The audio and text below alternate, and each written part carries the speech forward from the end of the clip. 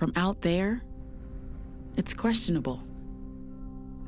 How can a place like this feed the world? How can heritage honor the past and shape the future? The answer is here. Here, we've got our own state and state of mind, a place of inexplicable harmony, where worlds of all kinds converge under two T's and one lone star. Here is in the eye of the storm and in the glare of Texas-sized ambition. Here, tradition fuels progress and unity born from proud individualism. Because with a certain disposition, drive, and disregard for the expected, anything can happen. This is a place that to most will never add up until they see it in the headlines, in the research, in the innovation around it. This isn't just Texas Tech. It's what's next. And from here, it's possible.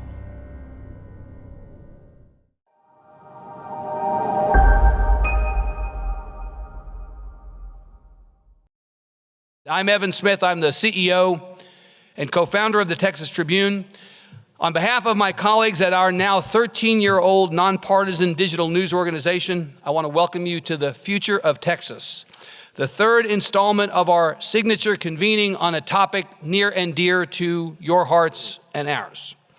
If you were with us in College Station in 2018 or online in 2020, you know what we have in store for you tonight and tomorrow, a packed schedule of conversations about the issues of our day as they play out in communities from the South Plains to the Piney Woods, from the Rio Grande Valley to far west Texas. We've invited as our featured speakers the most expert and most inspiring leaders in rural education, healthcare, economic development, natural resources, telecommunications, and municipal governance.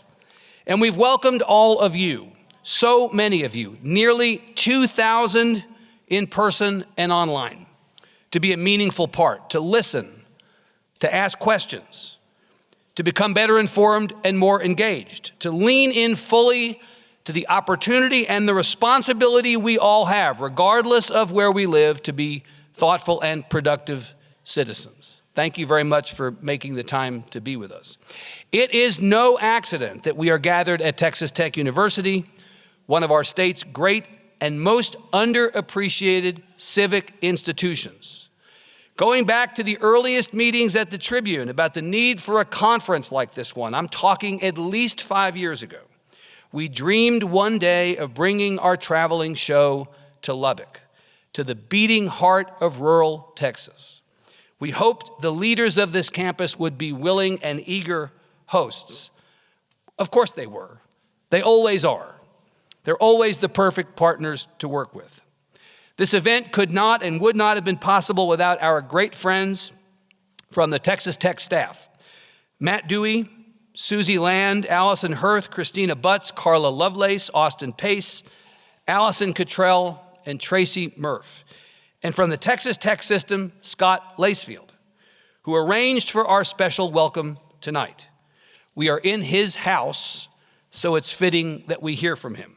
Please join me in acknowledging, with profound gratitude, the fifth chancellor of the Texas Tech University system, Dr. Ted Mitchell.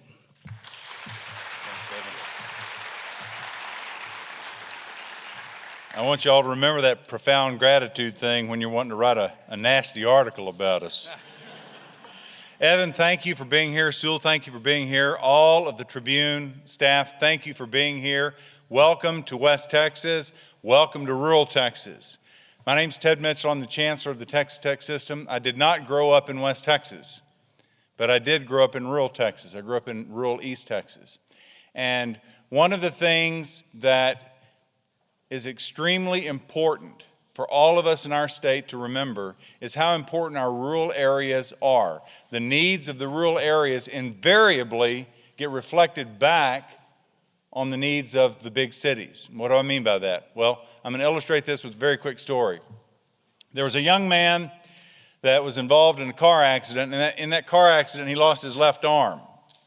And it really affected his self-worth, his self-image. And he was walking down the road in the town that he lived in, and he sees this sign up there for a judo studio. And he gets to thinking, well, maybe I could do this. So he goes in and asks the instructor, he says, do you think somebody without a left arm could actually learn something like judo? And the instructor looked at him for a minute and said, yeah, I think so.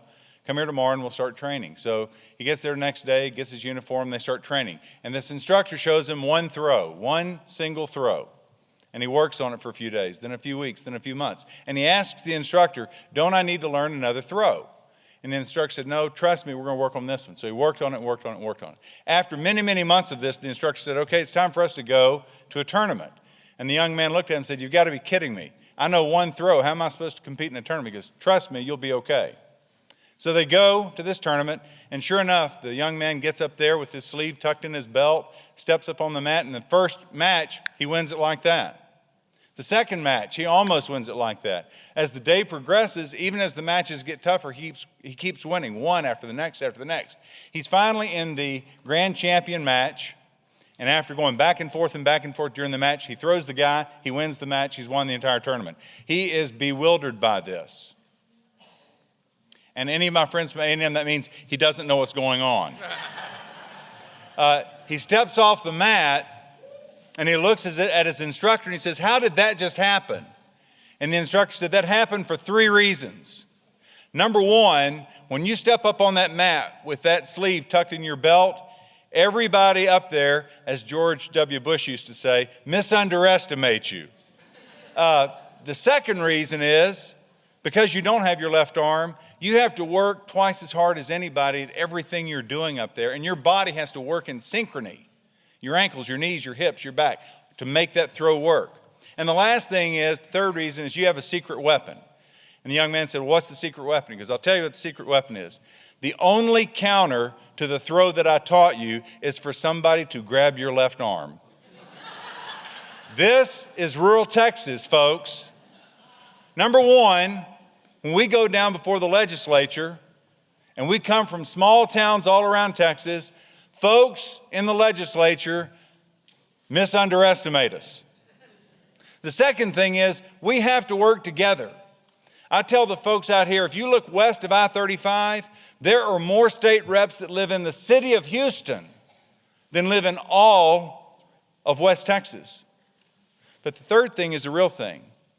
We have a secret weapon. If you look at 2 of the biggest drivers of the state's economy, they're agriculture and energy. If Texas were a standalone nation, it'd be the 9th or 10th largest economy in the world. Agriculture and energy, which is housed in rural Texas.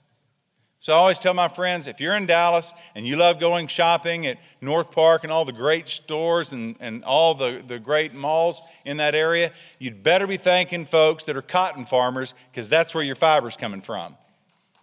If you live in Houston and like going to the great restaurants there and enjoying the food, you better be thanking ranchers and dairy people, because that's where your meat and your milk are coming from. And if you love driving fancy cars in Austin and San Antonio, you better be thanking folks in the oil field, because that's where your energy's coming from. So we have got to, in rural areas, number one, make sure that folks understand our story. We're the ones that produce the food, fiber, and fuel, not just for our regions, not just for the state, not just for this nation, but to a large extent for countries around the globe. We provide the food, fiber, and fuel. We have to take care of the people who take care of us. Welcome to Lubbock. Welcome to West Texas. It's going to be a great conference, and I look forward to getting to know you more. Thanks. Wonderful. Thank you. Good. All right. Thank you, Chancellor. Thank you so much. Ladies and gentlemen, let me say a few words about why we're here to frame tonight and tomorrow and what we mean to accomplish. When the idea for this third conference materialized, when the concept of another full day and night program was first batted about, the earliest point of agreement was this can't and should not be a woe is me event. Rural Texas has some issues, but what we expressly did not want to put on was an event that was some combination of group hug and group therapy. We did not want to focus on problems or only problems, so much as solutions, what's working. At the same time, we don't want to shrink ever from a sometimes difficult discussion about the state of things. Pollyannas are as unwelcome as Debbie Downers. The reality, the through line of this conference is that rural is Texas and Texas is rural. Always has been, always will be. Rural Texas is not just where we are. Rural Texas is what we are, and rural Texas is who we are. Our purpose over the next 24 hours will be to nod to the legacy and the heritage, to own the challenges faced, and to embrace the possibilities ahead for this region and regions like it around Texas. Rural isn't going anywhere, but we acknowledge we have to think differently and smartly about it going forward.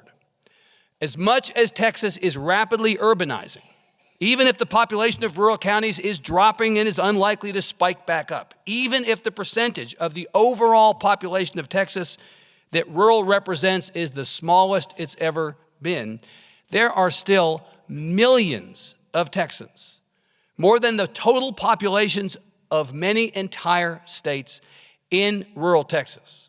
Rural Texas would be the 33rd largest state in this country, 3 million people. So attention must be paid, and dollars must be appropriated for quality public and higher education, healthcare, transportation, and the like. There needs to be a literal connection between rural Texas and the rest of the state enabled by broadband. We're long past the point of accepting that because of where you live, remote learning is not an option. Telemedicine is not an option. Economic development is not an option. Ag is critical, as the chancellor just, I think, said better than I ever could, not just to rural Texas, but to Texas. Energy, the same. And there's also the question, which I'm obsessed with, honestly, of the political power of rural Texas. As we saw last Tuesday, even if the cities of this state are sprawling and blue, it is rural Texas that decides the outcomes of elections. Rural Texans deserve, have earned, and have a right to expect so much more than they're getting. And that's what we're going to talk about over the next 24 hours. Another thing that we're going to accomplish, we want to catalyze a conversation about the future of rural Texas that will continue after we're gone. We want to set things up to hand off the baton to all of you in the room and all of you online, the stakeholders who live and work and have roots in rural Texas. You are the ones in the best position to ensure rural Texas's energetic future. Let me do a little bit of housekeeping before we begin our program.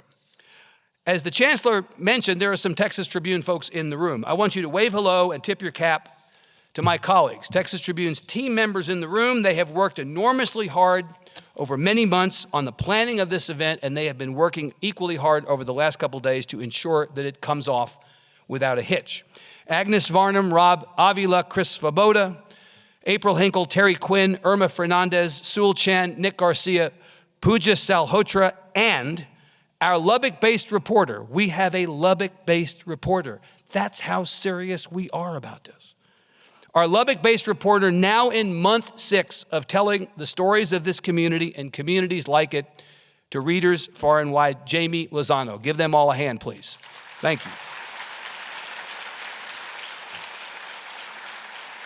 I want to thank any of you in the room who are members of the Texas Tribune and any of you who are members who are joining us remotely. Your support makes our work possible. We could not be happier to have you as part of our community. If you are not already a member, you knew I was going to pitch you, didn't you?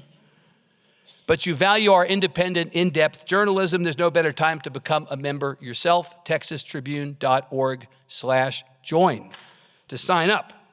Speaking of support, this conference on the future of rural Texas is sponsored by many civic-minded organizations. They played no role in the choice of panels or speakers, but they absolutely shaped our thinking about the importance and potential impact of this event. Indulge me as I call them out. Our presenting sponsor is the Texas Rural Funders. Major sponsors, Blue Cross and Blue Shield of Texas, BNSF Railway, Capital Farm Credit, First Care Health Plans, Meadows Mental Health Policy Institute, Methodist Healthcare Ministries of South Texas, Raise Your Hand Texas, Texas 2036, Texas A&M Health, the Texas Agricultural Council, the Texas Association of Counties, the Texas Association of Dairymen, the Texas Electric Cooperatives, Texas Farm Bureau, Texas State Technical College, Texas Tech University Health Sciences Center, and Water Grows. Our supporting sponsors, Corteva, the Independent Cattlemen's Association of Texas, Plains Cotton Growers, the TLL Temple Foundation, the Texas Agricultural Cooperative Council, the Texas Agricultural Land Trust, Texas Association of Community Colleges, Texas Association of Mid-Sized Schools, Texas Association of Rural Schools, Texas Cattle Feeders, Texas Citrus Mutual, Texas Corn Producers, Texas Cotton Ginners, Texas Forestry Association, Texas Grain and Feed Association, Texas Grain Sorghum Producers, Texas International Produce Association, the Texas Organization of Rural and Community Hospitals, the Texas Poultry Federation, Texas Rural Health Association, the Texas Tech University System, the Texas Veterinary Medical Association, the Texas Wheat Producers, and the Texas Wine and Grape Growers. Please give them all a hand. They're all supporting this event. And I especially want to thank our media partner friends who made it possible to promote this event to you and to people like you all over the state. EverythingLubbock.com, High Plains Public Radio, KAMC, KAMU, the Longview News Journal, M. Roberts Media, the San Antonio Report, Texas Tech Public Media, the Tyler Morning Telegraph, and the Victoria Advocate. Here is the drill for tonight. My conversation with our distinguished guests will last for about 40 or 45 minutes. The balance of time will be questions from all of you. We have at least one microphone over here. There may be a second one. My eyes are bad over there. Great. So we have two microphones.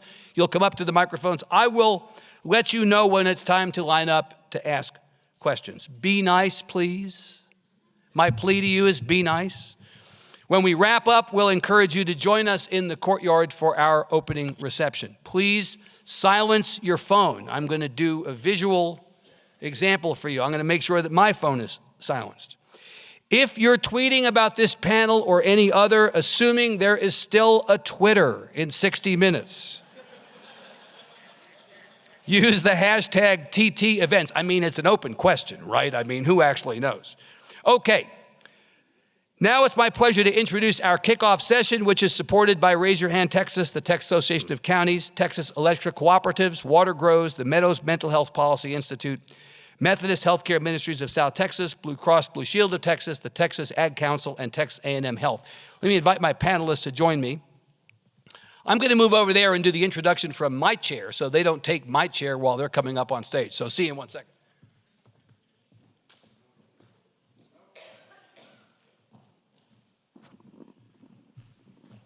This is on? Okay, tonight's conversation is about, let me do alphabetically, Burrows, Landgraf, Morales, please. Perfect. Thank you. It's a conversation about the 88th legislative session and the agenda for rural Texas. We're fortunate to get to spend some time with 3 state lawmakers who represent rural districts. Alas, it was supposed to be 5. These days, plans change. After committing to be here, 2 of our legislators had personal business at the last minute they had to attend to, and they sent their regrets. Let me introduce the 3 who we're so fortunate to have with us. Dustin Burrows, Republican of Lubbock, elected in 2014 to represent House District 83, which encompasses a large portion of Lubbock County and all of Lynn, Gaines, Terry, Scurry, Mitchell, Garza, Floyd, Dickens, Crosby, Kent, and Borden counties. In the 87th legislative session, he chairs the Calendars Committee, very important job, sits on the Corrections and Land and Resource Management Committees. During the interim, he was tapped by Speaker Dade Phelan to lead an investigation into the Robb Elementary School shootings in Uvalde. An attorney born and raised in Lubbock, he has an undergraduate degree from Rhodes College and a law degree and an MBA from Texas Tech University. Brooks Landgraf, Republican of Odessa, in his 4th term representing District 81, and he represents as well residents of Andrews, Ector, Ward, and Winkler counties. In the 87th session, he chairs the Environmental Regulation Committee, serves on the Transportation Redistricting and Administration Committees, along with the Select Committees on Constitutional Rights and Remedies and Youth, Health, and Safety. An attorney who helps to manage his family's ranching operations, he previously worked in the energy and healthcare industries. He's a native of Odessa, a graduate of Texas A&M University and the St. Mary's University School of Law. Finally, Eddie Morales Jr., Democrat of Eagle Pass, in his first term representing District 74, as we talked. Although it wasn't entirely clear the morning of Election Day, he won his election. There will be a second term.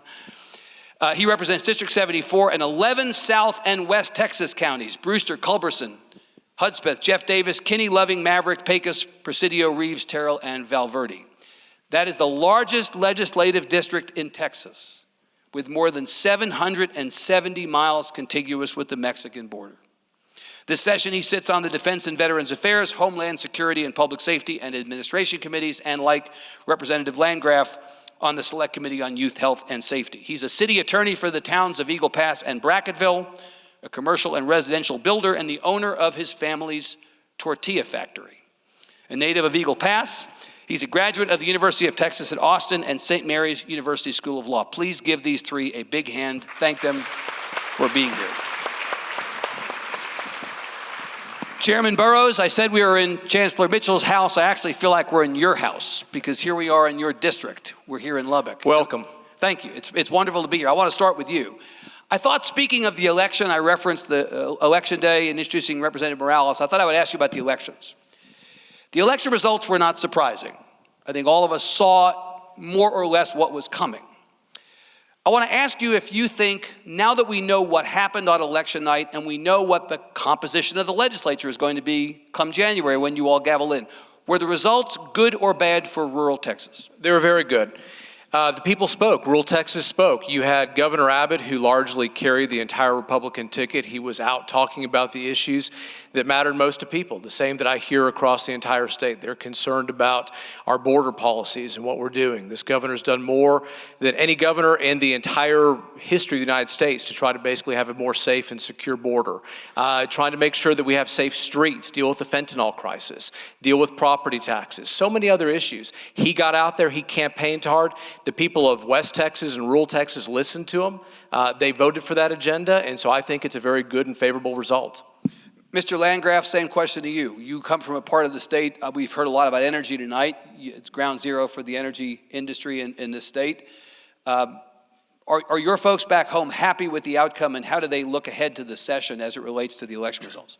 Absolutely happy with it, and just seeing an increased level of engagement with statewide officials. Governor Abbott, for example, being at the top of the state ticket, campaigned on policies that Representative Burrows mentioned that resonated very well with West Texans. And I think West Texans and rural Texans more broadly have embraced the role of kind of this firewall, knowing that what happens in rural Texas, in the ballot boxes across rural Texas, can be decisive in a statewide election. That's not a role that has traditionally been played by rural voters, and so I think that combined with a favorable outcome was very well received. Let's level set exactly what we mean by rural Texas deciding the outcomes of elections. In the last presidential election, 2020, President Trump's margin over Joe Biden in rural Texas was 1.7 million votes. That's not how many votes he got, that was his margin. In this case, Governor Abbott's margin was 1.5 million votes. It tends to wipe out any margins that Democrats might run up in the big cities or in South Texas or even in the suburbs these days, right? I mean, that's just simple math. Mr. Morales, you come from a part of the state that is rural and is more conservative. Even though you're a Democrat, you represent a fairly conservative part of the state, to the point that it was an open question, as we were talking about beforehand on the morning of the election, whether in fact you'd be returned to serve for a second term. Does your district feel good about the outcome of this? Oh, of course. They got elected, so they must feel good. I know that. Okay, so that's one person in your district. You feel good about the outcome. How about everybody else? I don't think that the voters should be second guessed. I think that they've made their choice during the early vote and election day. And that, more than anything, should be a message to the Democrats as far as we cannot continue to try to win races statewide and running like urban Democrats. We need to be very aware of the rural necessities in our constituents out in rural Texas. I am running like a rural Democrat. They do exist, right. And we can find common ground.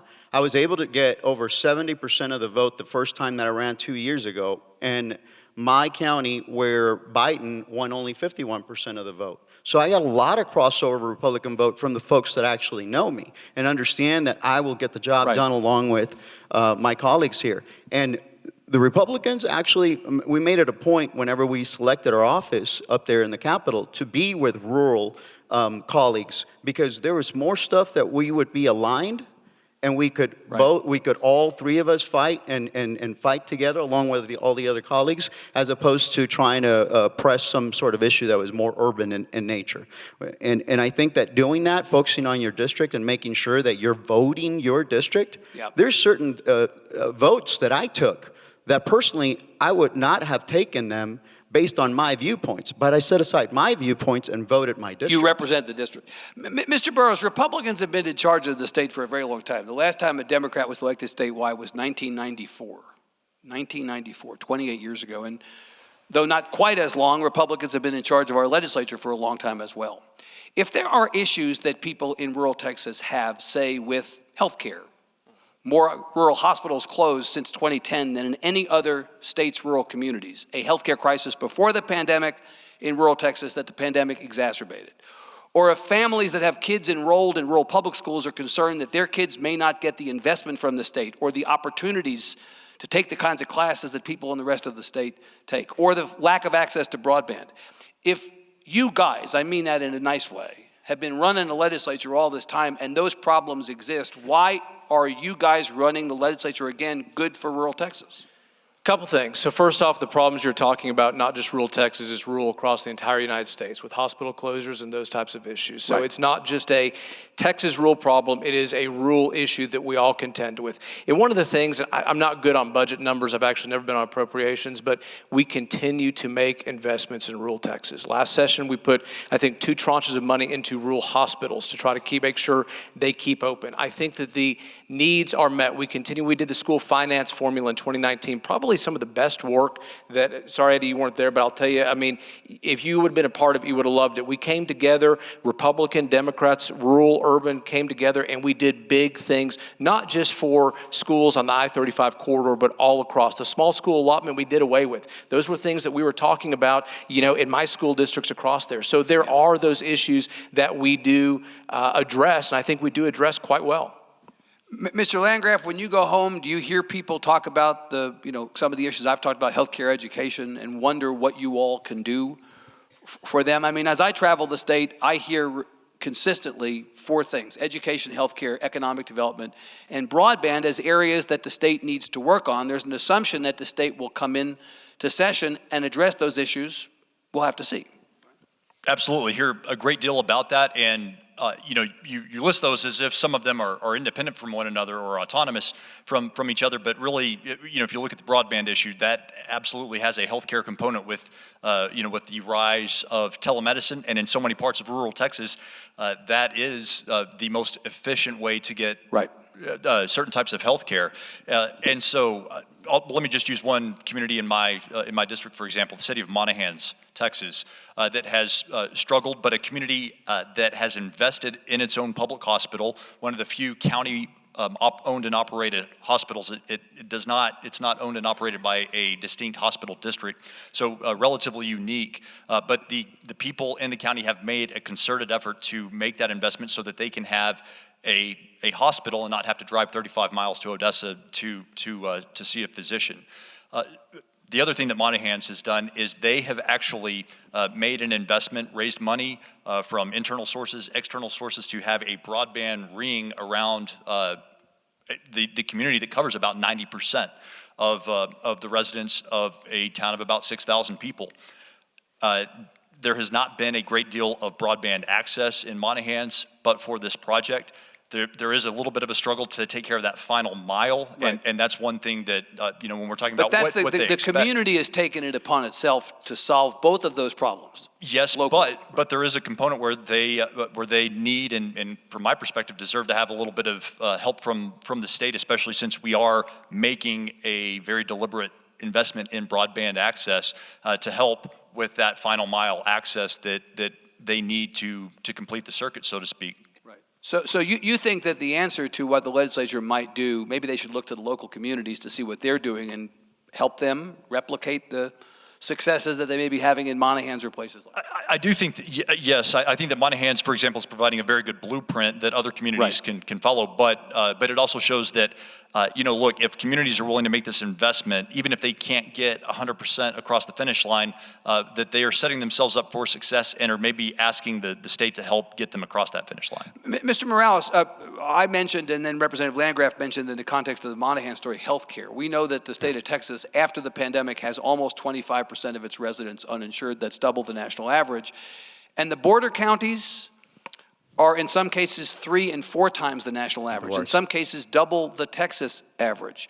You live in a county with a very high uninsured population, and you represent counties with very high uninsured populations. What should the state be doing about that as we gavel in next time? We need to expand Medicaid, without a doubt. There's $100 million that are there sitting for us, that are taxpayer dollars. These are our dollars that we send to Washington. Need to come back. Now, I understand the issue with it, and my Republican colleagues also being wary about that. But if we can call it, expanding health care for working families and make sure that we are paying tribute to those working families that are finding it hard. Those are the conversations that I'm having across. These are not people that are smoochers or trying to just rig the system. These are hardworking husband and wife with a couple of kids, and they're having a hard time making ends meet. And they're like, one of the highest costs is health insurance. Is there a way that I can, have some relief from the state? And I have it's beautiful to live in or to represent the district that is, I may be biased, but the most beautiful with, the Big Bend Park, Big Bend State Park. We have Jeff Davis McDonald Observatory. We have some of the poorest counties, but we also have some of the richest counties in my district that I represent because of the oil and gas reserves. And as well, they're already doing the renewable energy side of it so that they don't get left behind. And that's amazing for, let's say, when I represented Fort Stockton or the city of Pecos, which is in Reeves County, and they're already diversifying in that way. But throughout the district, the number one issue, you've got it on, you're 100% right. It was healthcare, going out there and access to quality healthcare, especially when people have to drive an hour, hour and a half just to go to their doctor for a regular visit. Right. Mr. Burrows, you're close to the Republican leadership of the House. You're part of it. You know the Speaker well. You can give us a window into the thinking in that building. I mean, I look at the way that the partisan split will be in the House this time, 86-54, Republican to Democrat in the House. Republicans have a 22-seat margin. I don't see much appetite for doing what Mr. Morales is talking about on health care, is there? So first, I speak for myself. I would never speak for anybody other than that. Yeah. The way I see it, that was good, by the way. But it is true. I really don't know where everybody else stands on these types of issues. But you probably have a sense of what's happening in the building. Not on this particular issue, maybe on some, but on that particular issue with Medicaid expansion, other states have done it, and their rural areas are having some of the same issues. The 1115 waiver allows us to draw down a lot of funds and innovate and do some wonderful things. What I'm focused on healthcare is a little bit different, and let me tell you what those things are. Texas Tech has been doing telemedicine before telemedicine was cool. I heard that the other day. And we need to expand it. I'm so proud of the Health Science Center here and what they've been doing and how they've been innovating and going out in the communities and providing access. And then some of the things we learned during COVID have been really, there's some positive silver linings from that where we deregulated. I'll give you an example of it. I talked to the local pharmacies that are out here in rural Texas, and they've been allowed because of the COVID waivers to test and treat.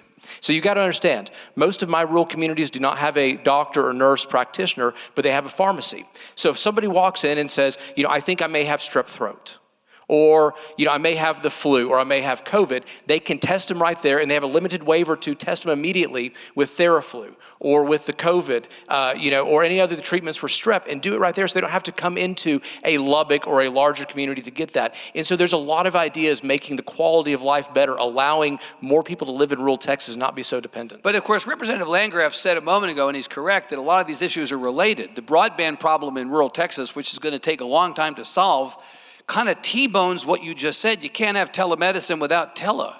Can I make one comment? Please, I'm asking, yes. Yeah, one thing on that, and this is something I've just started hearing people talk about. Cable may be great. We may be able to lay it. There's also satellites that are now coming online. It's amazing what technology is. And I think there's going to be a real push and move to look at the interconnectivity through satellites, which may be more cost efficient for rural Texas than laying all that cable. Mr. Morales, go ahead quickly, and then I want to go. Yeah, on the satellite issue, I wanted to do. We did a public-private partnership. It took me about 6 months to find SpaceX and the right people at SpaceX to then consider the city of Pecos in Reeves County for 50 kids, because I found out that Edgar County was doing a pilot project with the satellites that Elon Musk already has. And so what better part than West Texas to try and do your beta testing, right?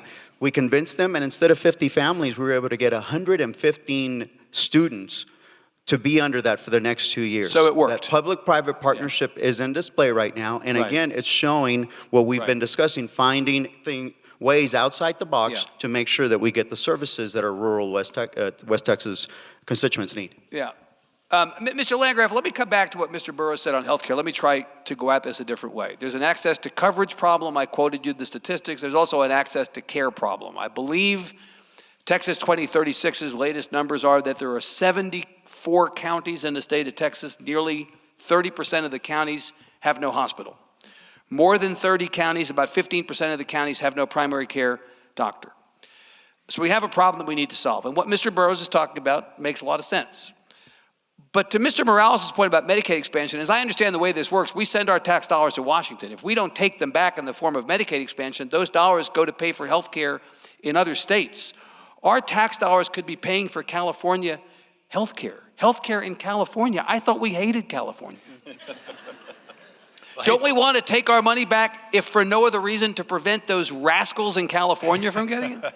I love the way that you set up the question, Evan. Very, very well done. And no, we don't want Texas tax dollars being distributed to other parts of the country without getting the benefit of them. But I don't think that it's healthy for us just to fall into the same arguments where we all retreat to our corners about Medicaid expansion, no. Medicaid expansion, yes. I think there's got to be a different way. And I think that there is a viable alternative where we do get to draw down the tax dollars that hardworking Texans are paying into the Medicaid system. And that is, let's not just play the strings attached game that Washington has historically demanded that other states play. And instead, look, Texas is a state of more than 30 million people. We have a critical mass where we can actually implement our own system. So instead of having that strings attached money, why don't we work with a congressional delegation to have a Medicaid block grant program that could be sent back to the state, and then the state, again, with this critical mass, could actually get those tax dollars back to Texas, but we could implement our own system so that we don't have to worry about the strings. Can you tell me why? I've been waiting for about 20 years for someone to tell me what that own system is. Can you tell me what that own system is? No, yeah, it's a Texas-centric model to take care of Texans who need that, to make sure that we don't have the same level of uninsured. But the way to do that is look, the Medicaid system that exists, that's administered by CMS, is racked with waste, fraud, and abuse. And each state that plays that game has to account for additional waste, fraud, and abuse that exists in other states. So instead of having to worry about that and account for that, Texas, which is one of the largest donors to that fund, should be able to get that without all of the liabilities that come with that. And so, look, let's just bring it back in the form of a block grant, and Texas can administer it in a way that would be much more efficient than what Washington wants us to do.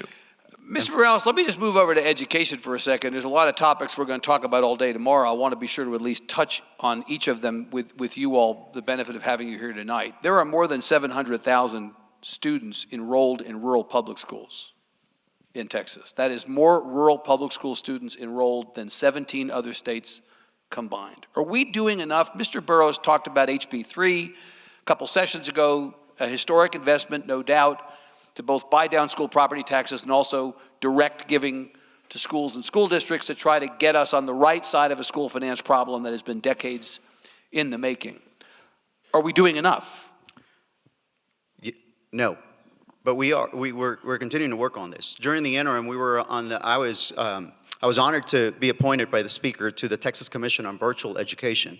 From here on out, the writing is on the wall based on those interim committee hearings. You are going to have, and every one of your students will have, a dual form of learning, in person and also online.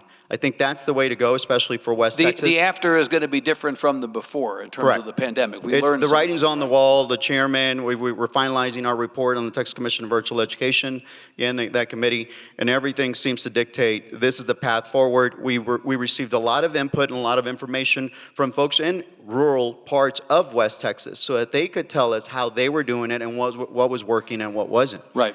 So I think that is a phenomenal way for us to be able to push forward and try to bring these kids that are in rural parts and don't have access for, say, even a Spanish teacher.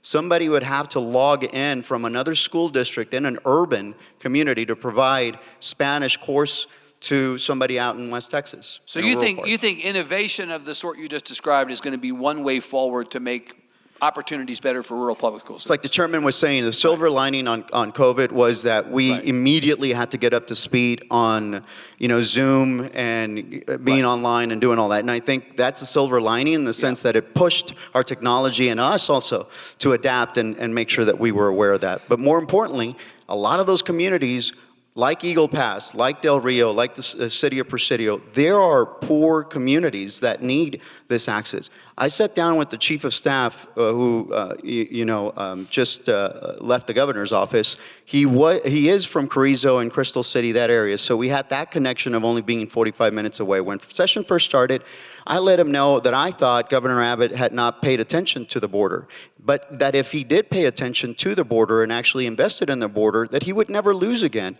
And I think if you saw, his announcement was on the border and his victory speech was on the border also, where he made it, Governor Abbott. I think he focused on those issues. Could we have done more than just on the border and on the migrant search? Yes. We need to focus on the infrastructure on the border. It is the last place in Texas where we could really make a concerted effort and bring some of these poor counties. You mean both physical and social infrastructure? Correct. I'm talking about both public and private partnership, economic development, infrastructure on the ports itself. Yeah. The way we're doing it on the migrant search, it's horrible. And if we ever get to it, I have enough to say about that. And we need to do more. I've sent letters to the White House where I'm in disagreement, and also with Governor Abbott asking him that we could lead on the issue of border and on the migrant search. Well, so I will want to come back to that. Mr. Burrows, I'm going to ask you a question that I suspect you suspect I'm going to ask. As it relates to education, there's a lot of discussion that one of the priority items for the Republican leadership next session is going to be school choice. You cannot go anywhere in Austin or around the Capitol without hearing that choice is going to be, however one defines choice, is going to be part of the conversation next session.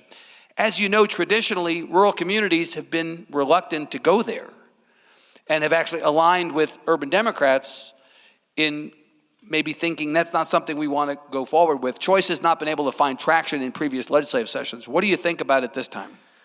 Let me kind of try to unpackage a little bit of that. I was in Dickens this morning at 6:30 talking to 25, 30 men, some superintendents, people of that nature, and you bring up the topic of choice.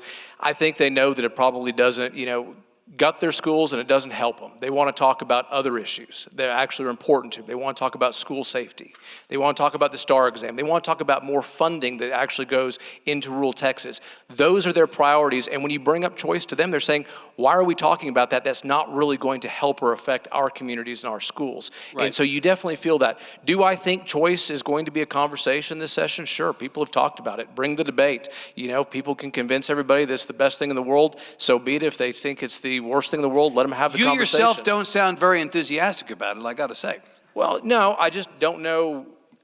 I don't anticipate it having the best trajectory, but happy to have the conversation, to be real candid with you. It's been, I think, been legislature now for 4 sessions where it's always been a little bit talked about, but we've never had a full, robust debate. I think it's actually time we have the full, robust debate, and the people who are proponents, let them lay their cards on the table. The people who think it's the worst thing in the world, let them talk about it, and let's actually get it all out there. Have you prejudged the issue to the point that if I ask you whether you would support a voucher program in this state, you'll tell me? I would be open to having the conversation. It's not something that I'm going to probably lead on. But you're also not saying for sure that you would vote against it. That's correct. Even if your constituents, it sounds to me like, if you represent your constituents, they don't seem to be particularly activated about this. Well, you take a look, and I think there's some of them that basically say, what does the whole package look like? And it can't be just about something that doesn't necessarily affect or help So them. wait and see. Wait and see. Mr. Landgraf, would you be for vouchers if that comes up as part of a conversation around school choice this session? Well, I guess I'm going to end up saying wait and see too, but let me tell you how I get there. And that is that the conversations that I've had with my constituents in my district, which is very similar to what Chairman Burrows has had, and that is and really most of that conversation is surrounds the fact that there aren't any options in most of the communities and the school districts that I serve where if there is school choice in the form of a voucher. I mean, I had a town hall meeting in Barstow, Texas yesterday evening, and they already have to go across the Pecos River into Reeves County just to go to a public school. I was in Mentone for a town hall meeting, which is the seat of Loving County, which Eddie has currently and I'll have come January. They have to go 70 miles one way to Wink High School every day, and that's because that's the only options that are available. And so that's really where the conversation is. And just to piggyback on HB3, I do think that it's absolutely imperative that we continue to make investments at the state level to fund public schools. Right. And the reason why the stakes are high, we know that they're high, but they're much higher than I ever imagined in Texas. Our friend Ray Perryman, I was discussing this with him at lunch today, and I wasn't even aware of this statistic, but across the country, so the United States and the census data revealed this, so the country is getting generally older than it certainly has been in the past. Texas is defying that trend. In the 2010 census, or comparing the 2010 census to the 2020, there are about 1 million fewer Americans under the age of 18 in 2020 than there were in 2010, which is evidence that the country's getting older. In Texas, we have 400,000 more we're an Texans outlier on that, right. Under the age of 18 right. In 2020 compared to 2010. That means that we have a very young population that absolutely has to get the best education possible. And in most communities, and since we're talking about rural Texas, that option is the public school. Let me bust your chops a little bit. If you're telling me that the people in your district would not benefit from vouchers, why would you vote for it? Why is it wait and see? If there are no options in your district, if people are clamoring for it, why would you vote for it? No, that's a fair question. The reason why is I think you have to look at the proposal in its totality. One thing that I have some specific concerns about are in these rural schools where there isn't enough, there aren't enough resources, say, to provide an adequate special or an education for a student with special needs. Do we need to have some sort of choice option for families that find themselves in that situation so that a child in those circumstances can get that type of special attention? Mr. Morales, would this conversation find any traction in your communities? I'm an unequivocal no. I'm open to dialogue with my colleagues, but I want to be very no to vouchers. That's what, in visiting a number of the schools, visiting with teachers, that is, especially out there in rural Texas, that is the number one issue, and administration is very concerned. For the last 20 years, you have Texas that was doing the top end of the budget financing for public school systems, and now it seems that more and more of it is being put on our local governments. And then in addition to that, we have certain actions taking place from the legislature where they cut the ability for local communities to govern themselves and to increase their rates if it's necessary. And I see some folks that are actually nodding their heads. So you must be in elected office or you must be very aware of this, to where now 60% is on the backs of all of us in local communities to fund public schools. And Texas is doing 40, 45, let's say roughly. We need to get back to the old way when it was fully funded, and we had Texas doing the heavy end of it. Well, in fact, 60%. before HB3, it was even lower than that, right? Yeah. HB3. Mr. Burrows, Mr. Morales has teed up exactly what I wanted to ask you, because you were at the absolute center of the conversation around the property tax relief 2 sessions ago. What I've heard from the governor and your fellow Republicans in leadership in the legislature is we have a $26 billion surplus coming. The controller says it, so it must be true, and that you'd like to dedicate something like half of that to property tax relief for all of us. Is that a good thing? Well, yes, and I think constitutionally that's probably one of the few places we can spend that money because we have some spending restraints. And I do want to say just one more thing about the conversation we just left on education. Yes. I think some of the frustration sometimes that I have and others have is we've got a lot of other issues to talk about in education. School safety is near and dear to everybody's heart, Right. Period, the end.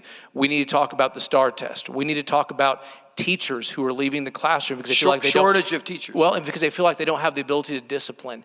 And so sometimes when we talk about these other issues that are so hot button, it seems to distract from the things we really, really need to focus on this next session. So you consider the voucher discussion to be a distraction? Well, I consider about 3 or 4 topics we really need to focus on, and we need to be leading on, and we need to be spending more time talking about over a lot of other stuff. Right. All right, so talk about this property tax relief. My memory of the last couple times, I've lived in Texas for more than 30 years, there have been property tax relief under 2 different governors that I'm aware of, and I remember no one I know really feeling it. So you, in fairness, and I think you and I have even had this conversation offline. I'm sure we have. When I carried the bill, I didn't actually call it relief for a reason, because I made sure, and I think I said in the entire chamber, it's not, when you say relief, everyone's expecting they're going to actually get a cut. They're going to see 10, 15, 25% savings. Rebrand it. What was it? No. I'm not going to rebrand it. I always was very straight up with exactly what it was. It was a reform measure and a transparency measure. And right now, when you go, there is much, much more information about who is raising your taxes and by how much that's available because of what we did in 2019. And by the way, we have slowed the growth. There is at least $8 billion of savings that Tatara has projected that people are not paying they otherwise would have, but for what we did in 2019. Because local communities are limited in what their increase can be year over year on a percentage basis. Without a vote. Without a vote. Without a vote. And 48 states have some mechanism to control the rate of, property taxes going. Most of them just have a hard cap. In Texas, we basically said, look, local communities, if you want to go make the case of why you want excessive property tax increases, go talk to your voters, go visit with them. They may actually give you the permission to do that. Most of them have not, which is why it's slow. Right. If there was not a disaster loophole that we inadvertently had in the 2019 legislation, the savings would have been even greater. Do you accept Mr. Morales' point that there are a lot of local officials, not just in blue counties, but in red counties, that felt their hands were tied by this? I mean, I'm tempted to say to you, Councilmember Massengale from Lubbock is somewhere here in the audience. Can you look him in the eyes and say, you know better how the city of Lubbock should be run than he does? On taxes, absolutely. Let me just tell you. You guys might want to take this outside. This is going to get interesting. Okay, fine. No, look, I mean, at the end of the day, it is what the property taxpayers wanted. And when I had, people coming down who were in elected local offices trying to, some of those conversations were not just a little unpleasant. They were, very, very unpleasant. But at the end of the day, it was extraordinarily popular. It was passed bipartisan. I think it was over 100 votes in the Texas House that we passed that because most people wanted some opportunity, some more ability to control and have more input into their rising property taxes. Great legislation. So, Mr. Landgraf, the state doesn't levy a property tax. Therefore, as a practical matter, the state can't cut a property tax. But you guys can monkey with the mechanism. And that's, in fact, what happened the last time. So is that what we're looking at this time? If, in fact, there's a massive surplus and you decide to dedicate some high percentage of it to property tax, we can't call it relief. We call it something else. Property tax asparagus. I'll just pick a word since relief apparently is a bad word. Is that what you're planning to do again? You're going to monkey with the mechanism? Is that how we're going to see some reduction? Well, I mean, you're absolutely right. And I think anytime we have a conversation about this, we have to start with the premise that you just laid out, that the state does not levy a property tax. Therefore, we can't directly cut it. I do kind of liken the role of the legislature to air traffic control in this regard, where the pilots are flying the plane, they can bring it up or take it down. Air traffic control can kind of set the parameters for the way that those pilots operate. So ultimately the pilot is in control of the plane, but there does need to be some corralling, especially when that's something that the voters have very consistently been demanding from the legislature. But I think we always need to be forthright and candid with the voters about where the property taxes come from, how they get set. And we also need to acknowledge the role that the state plays in forcing them to grow higher in certain circumstances. So I think we just need to be a little bit more transparent and candid about that conversation. And then I guess to more directly answer your question, if we can't cut property taxes, we shouldn't pretend like we can. But if we want to change the paradigm that we use for how the state and local governments generate revenue, maybe we just need to look and have a hard conversation and a long conversation about whether or not we need to move or shift away from relying on property taxes. So if the to fund $12 billion goes somewhere out of the surplus for the purpose of property taxes coming down somehow, and it doesn't go to us, where does it go? Does it offset other expenses in the budget? Is that what you're thinking? So you're talking about the half I'm the saying, budget so when is the dedicated- governor or somebody else says we're going to take half the surplus and we're going to turn this into some kind of property tax. Could be through homestead exemptions being raised again like we did last So that's, session. this is what I'm getting at. Yeah, Right. I don't know the exact mechanism. There's 3 or 4 different ways to actually do it, but that was the one we chose to employ partly last session, which was Right. raising homestead exemptions. There's a couple other ways to do it, and we can debate the merits of those, but ultimately you will pay less in property taxes, than not. Actually, the House last session, we tried to send rebate checks, thinking that, hey, maybe this time we'll actually show you the amount of money that you're saving rather than you basically not feeling it, but even though it's going to, be recognized. We didn't get that, that way, but that's another mechanism. That's a possibility. Mr. Morales, you will acknowledge no one likes to pay property taxes. Yeah. And those are my thoughts exactly when you were asking these questions. I don't think it should be an R or a D. Right. It should be just everybody hates paying property taxes. You really never own your property because even if you own it full right and you don't owe a mortgage or a loan to the bank, you're still having to pay at the end of the year. Otherwise, the local entities, governmental entities can take it away. So I think that this is an issue where we can lead again, and it shouldn't be an R or a D thing. It should be more about making sure that we are taking care of the constituents that have taken care of the state of Texas for this long. One of the ways that I think is, again, forcing the state of Texas to pay their fair share and try to get it up to the 60%. That way, less and less is on the backs of our local governing One way to entities. cut property taxes might be to reduce the share of public education spending that sits on the backs of local. Correct. Folks. And force the state to pony up the amounts that they should be ponying up and less on county governments. I'd observe that another way that property taxes might come down is if you figure out a way to get more people with health insurance so that they stop going to county hospitals' emergency rooms, and those costs are passed along to all of us in the form of property taxes. But just think what it's going to do. Wouldn't that be another way to cut property taxes? You're very clever the way you have set that up. We've had the healthcare discussion on that. Yes, I am. And by the way, I do think the 1115 waivers and the innovation that we're doing really actually are better than a complete drawdown. I want to encourage people now. We'll go to questions here shortly. Please line up at the microphones. We'll be happy to welcome you into the conversation. I heard my colleagues on this stage a few hours ago, reporters from the Tribune, talking about big stories in rural Texas. And my colleague Nick Garcia brought up the fact that the drought this year, the water issues that this community and others are dealing with might have a net economic impact of something like $2 billion.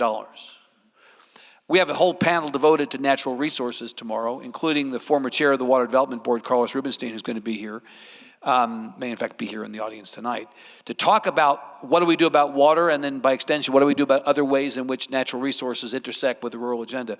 Mr. Landgraf, this is a real problem. We passed the SWIFT more than a decade ago.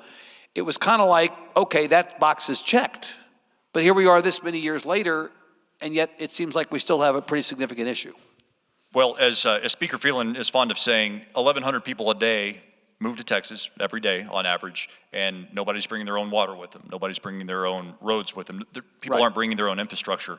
So the demands on the precious and limited water resources that we have in the state, the demand on those resources is going to continue to grow. And as the population goes from 30 million unofficially today to 47 million per the state demographer in 2050, it's not going to get any better. Right. And obviously water resources aren't going to grow naturally commensurate with population growth. And so this is something that we have to stay ahead of. If you get behind on water, it's like owing money to the mob. You can never really catch up.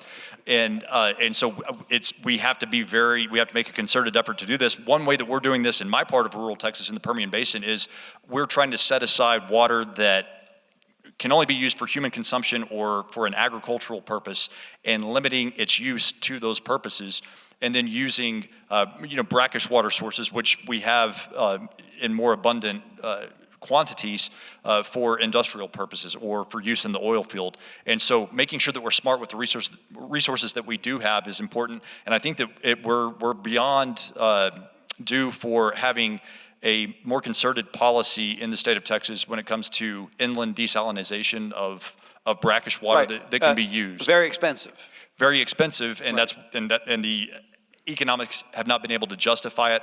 There are some coastal projects taking water from the Gulf, but we do have oceans of brackish water under the ground here in West Texas that is a resource that we need to exploit better.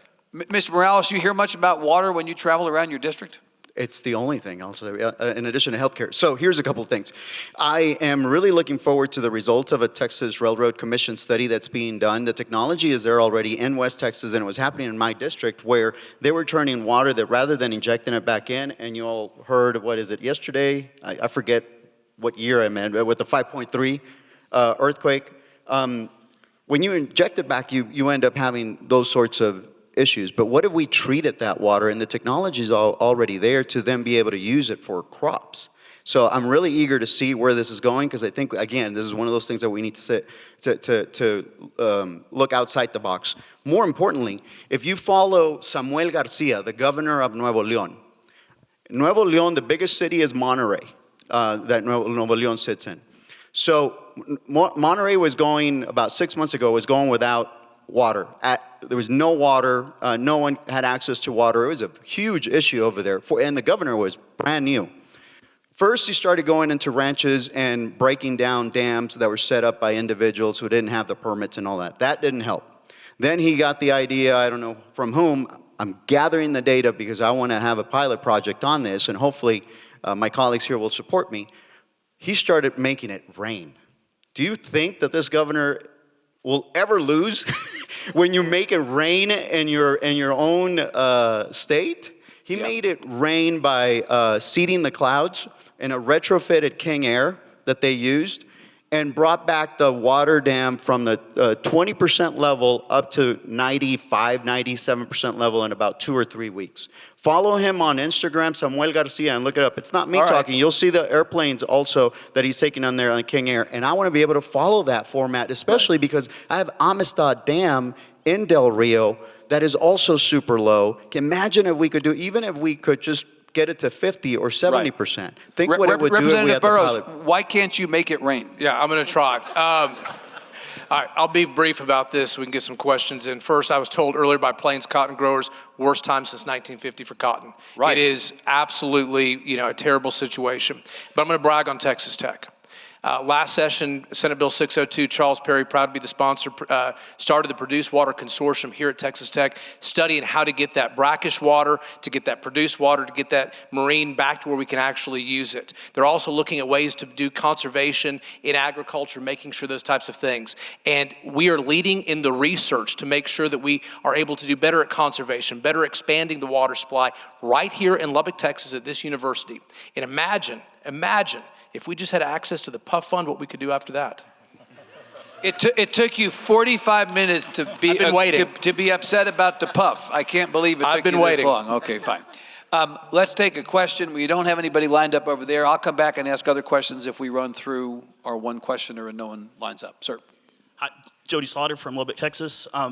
First off, I just want to thank all y'all for coming here and for the Texas Tribune for choosing Lubbock and Texas Tech to do this set. And I also want to thank Representative Burrows for teeing up my question. So I had the chance today as part of this to go tour the Polymer and Fiber Institute, the Meat Science Laboratory, the Wind Institute. There's incredible world-changing research being done at this university right now. And it's being done with a sliver of the funding that we give the other university systems in this state. Including some university systems whose football teams you beat. Yes. Just saying. Yes. I know Representative Burrows, you introduced a bill, I think after the session was over, regarding the PUF. I know the speaker came to a football game earlier this year. He tweeted out that Texas Tech and other universities in Texas need to be in the AAU. So I'm curious, what are you going to be able to get done this session as far as funding goes? And my second question is, will it matter if the lieutenant governor kills tenure and we're not able to hire professors? So two-part question there. This is the PUF thing is a live issue, you think? No, I'll tell you what I think is absolutely a live issue. I think that the state leadership, and I have been talking about this is the number one priority I have next session, is to make sure that we recognize there are more than 2 public universities in the state of Texas. And there is so much going on in West Texas and in Houston and other places where they deserve the investment and the resources to grow. You look at California, who has 10 AAU universities, New York, Florida. Iowa has as many public AAU universities as the state of Texas does.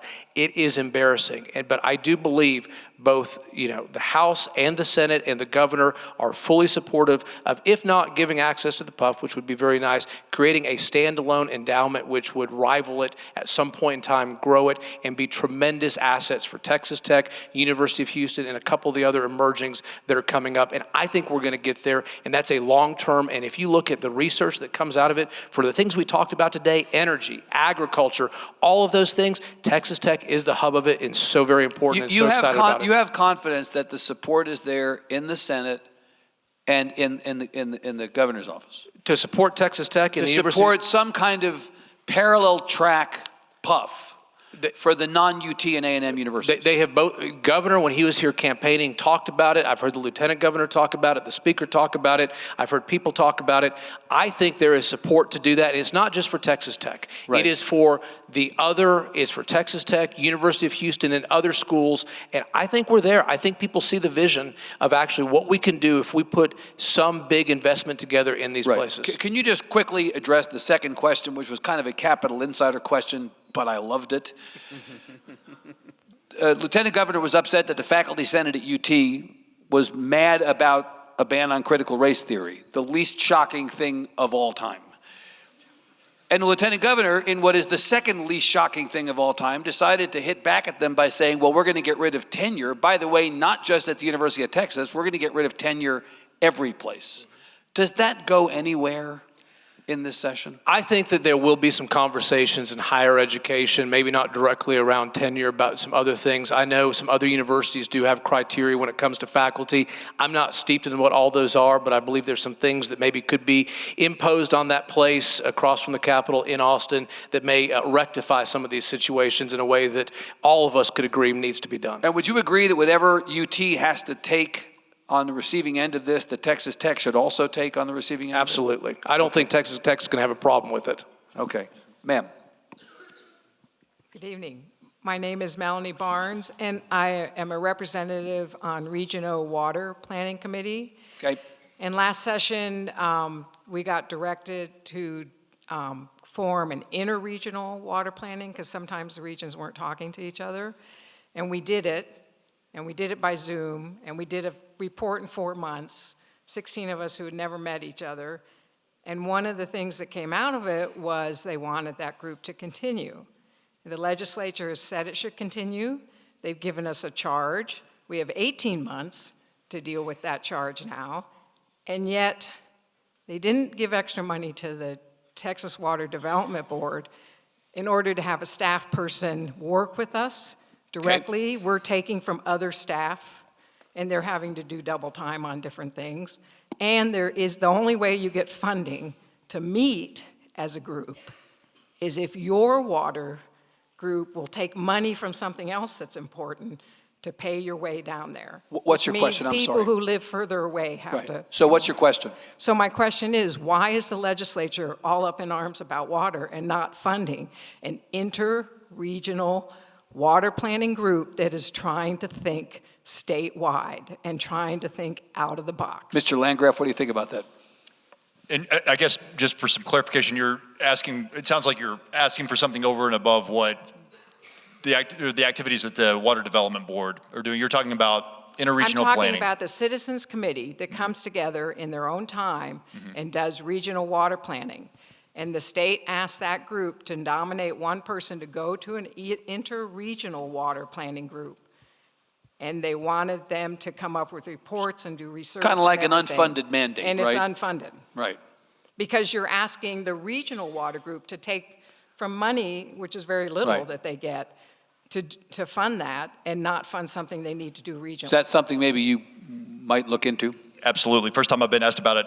Happy to look into it. Happy to talk with you afterwards, too. Good. Mr. Fitzpatrick over here, sir. Well, John Fitzpatrick, Educate Texas. First of all, thank you guys for your public service. Thank you for being here tonight, away from your families. The Texas Higher Ed Coordinating Board today released the final Texas Community College Finance Commission report, so you may not have a chance to read it. I remember Representative Burrows, Representative Landgraf meeting you guys at Odessa College a few years ago, one of the great community colleges of the state. There's like 9 different parts, but I think there are 3 parts that are relevant to rural Texas, and wanted to see what you guys thought of it and whether you thought some of that $27 billion was potentially going to go into the 650,000 students at community colleges. One is more of a focus on workforce development, more of stuff, what I think OC does really well. The second is kind of a floor and a support for small rural colleges, many of which who are struggling. And the third is a focus on performance outcomes, sort of a la the 2019 School Finance Act. So just want to know what you guys are thinking and what you think is the right appropriations amount to shoot for. Probably not at a puff level, but what are you guys thinking? Mr. Burrows, community colleges are the lifeblood of many rural communities. Enrollment in higher ed was actually more than 50% community college before the pandemic. It dropped back down. It will probably go back up. This is a problem that is serious, and it affects a lot of people you represent.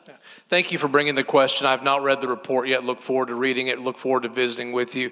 We've got great junior colleges. We've got great community colleges out here that are providing so much opportunity for so many people. I've always supported more increased funding for it. I think the legislature will. Happy to visit with you about what you think that right amount should be and help advocate for that. I certainly don't have a calculator, handy in here to know what it is, but certainly we know the investment that you guys make, and we need to invest in y'all. So more funding for community colleges. Absolutely. Yes, more funding for community colleges. 100%, and I do think that if community colleges are proving that they're going above and beyond on career and workforce readiness, and Odessa College has provided a number of examples, I think that should be rewarded by the state, absolutely. Yeah, Mr. Morales, same? Same. Double down on community college. Just recognized Southwest Texas Junior College, gave them a resolution for being named one of the top 100 colleges.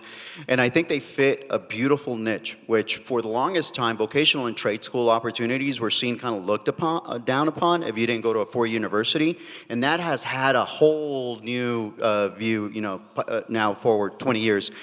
And to be able to get these kids out, it was a graduation Thursday or Friday of the electric liners graduating, 11 of them, all from Eagle Pass, getting wonderful pay salaries through the community college that's putting them through that certification. So you're doing less than 4 years. You don't take out this huge debt like in a university. And plus, you're able to get your certification, be gainfully employed, and working in the community most of the time. A lot of opportunity. So a lot of opportunities and very helpful. Sir, I'm going to go back over here for one more because I took 2 and then come back. Please. Hi, Susan Gillette from Lubbock. And all these issues going around in the legislature, why does the legislature only meet every other year? You know that I dream every night that you'll be there every month, every year, don't you? I dream about that every night. The simple answer is the Texas Constitution. Look, I think one of the beauties of this state, and there's a lot of opportunity for us to maybe get involved and do more things, but the fact that we don't meet so often sometimes is actually for the best, so that we don't try to over-legislate problems. We let, sometimes things work for a little while, figure out how they are, and I'm actually very comfortable with it. Mr. Morales, would you write a budget for 2 years of your business in the first 5 months of 1 year? No. No, that, and again, it's the Texas Constitution. It's there for a reason. And plus, do you really want us to be here and be drafting more bills? I don't. Are you kidding me? Less government? You guys are the best free entertainment going. Second week of January, the circus comes to town. Are you kidding me? I'm like a 9-year-old with a popcorn thing. But it's only you, Evan. Usually, it's the best thing in the world. Are you kidding me? All right, sir. Evan, Terry Greenberg. Yes, it's been sir. a while since we've seen each other. Journalist who served this region very, very well for a long time. You. Yes, sir. I think in answer to the other question, we don't want government meeting that often. But that's not what I was about to talk about. But thinking of things that are constitutionally mandated. When I was the editor of the AJ in 2006 and Kent Hance became chancellor, he came down to our editorial board and Dustin's heard me talk about this many times. I said, what's with this PUF fund? Because I'd only been here 6 months. And he said, do you know how many, he says, you know, in Kent's Dimmitt twang, he said, you know how many Longhorns and Aggies there are in the legislature? And I'm new to Texas and it sounded stupid, but then Texas goes to the SEC. And yes, the PUF is constitutionally mandated, but really, Evan, I'm asking you this question because you know the state government so well. How in God's name can a state allow something like this to happen decades after it started when you've got Houston, UNT, Tech, and it just doesn't seem even right, and that even people at UT and A&M would want to fix it because it's just so stupid. Well, so I'm a journalist. I have no opinions. But we do happen to we have a tech guy who's already told us what he thinks. But we happen to have an A&M guy and a UT guy. Will you give up some of the PUF? For UT? No, for, Yeah, and Brooks, you only get one-third. You may need that money to pay off Jimbo Fisher, honestly. True. I mean, if we're honest about it, right? I mean, you know, come on. But will you give some of your money to him? Well, since you brought up Chancellor Hance, I guess any conversation about the PUF has to start with the Aggie joke, right? So under the Constitution, 2/3 of the PUF goes to the University of Texas system, 1/3 goes to the A&M system, and everybody always asks why, and the answer is because the Aggies chose first. They elected to receive. That's right. That's exactly right. So, but anyway, I'll Are you open to the idea, Representative? Here's in all seriousness, being from the heart of the Permian Basin, and you can't talk about the PUF without talking about university lands, most of which are what they are, and we even have a conversation about the PUF because of oil and gas that is produced on university lands that goes to this fund. The Permian Basin is not an extraction colony, and people in the Permian Basin don't appreciate when we're exploited as though we are one. And so at a minimum, again, it would take a constitutional amendment. Whether there are votes to do that or not, that's a question that I don't think anybody actually knows the answer to. But there does need to be some sort of recognition that the money that goes into that fund comes from a part of the state that does not have that money reinvested into that part of the state, particularly for higher ed. The one four-year university that I have in my district is a branch of the University of Texas system, UT Permian Basin. Right. Fantastic university, and it is closest to these areas, to the university lands that produce all this money, yet it receives just a sliver of support from the UT system for the PUF fund, and I think there's just something inherently wrong about that. And so if that's my view, I think there's also something wrong about universities like the Texas Tech University system that are doing phenomenal work all throughout the state and have met a need for higher education in the western half of the state that was not being met by anybody else for the longest time, and that's why it exists. And so I think just as a matter of fairness, there needs to be some appreciation shown and some investment made in higher ed institutions, regardless of what system they're in, especially when so many of the resources are coming from here. He sounds like a yes vote. He's going to get invited back to Lubbock, isn't he? Yes, absolutely. All right. Very quickly, yes or no, UT graduate, would you give up some money? Yes. To Texas Tech? Look at that. Okay. I know we have a person over here and a person or two over here. We are actually out of time, and we're committed to moving this program along to the reception out in the courtyard. I'm hoping that these questioners will stick around and perhaps buttonhole our legislators and get an opportunity to ask them those questions themselves. All of you for staying with us tonight, being part of this conversation, thank you. Please give a big hand to Representatives Burrows, Landgraf, and Morales. A great kickoff to what will be a great 24 hours. Enjoy yourselves outside. We'll see you back here bright and early tomorrow morning. Thanks very much.